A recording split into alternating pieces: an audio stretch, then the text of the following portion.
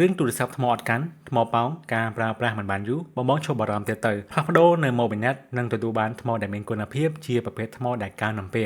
មានការធានាយ៉ាងច្បាស់លាស់ជូនដល់អតិថិជនដែលបានមកផ្លាស់ប្ដូរ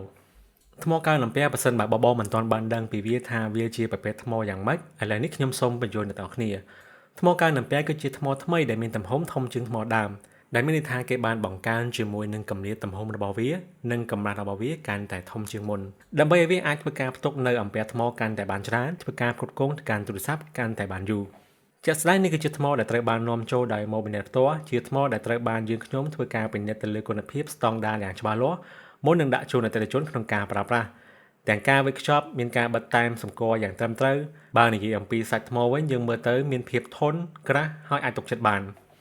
នៅខាងមុខខ្ញុំនេះគឺជាថ្មថ្មីមួយចំនួនដែលខ្ញុំចង់បង្ហាញអ្នកនរគ្នាហើយនេះគឺជាថ្ម iPhone 14 Pro Max ដែលដោះចេញពីម៉ាស៊ីន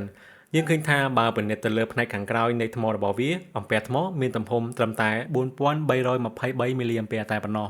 តែបើយើងក៏លេខមកមើលថ្មរបស់ Mobinet វិញយើងឃើញថាទំហំរបស់វាកើនដល់4890មីលីអាំពែ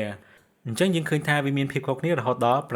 567មីលីអាំពែដែលធ្វើឲ្យការប្រើប្រាស់របស់យើងកាន់តែបានយូរដូចខ្ញុំនិយាយខាងដើមអញ្ចឹង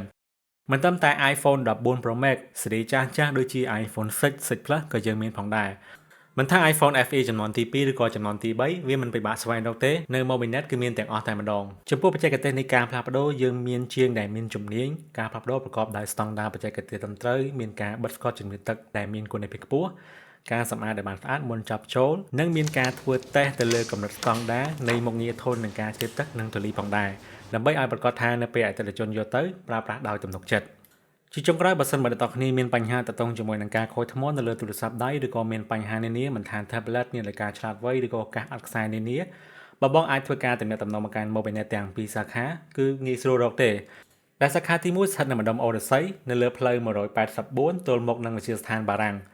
ឯសាខាទី2ស្ថិតនៅក្នុងបរិយាពេញហួតបឹងស្នោផ្លូវ Cluster ផ្ទះលេខ325វីដេអូនេះខ្ញុំមានតែប៉ុណ្្នឹងទេបើអ្នកនរគ្នាមានចម្ងល់ឬក៏ព័ត៌មានបន្ថែមកុំភ្លេច Mobinet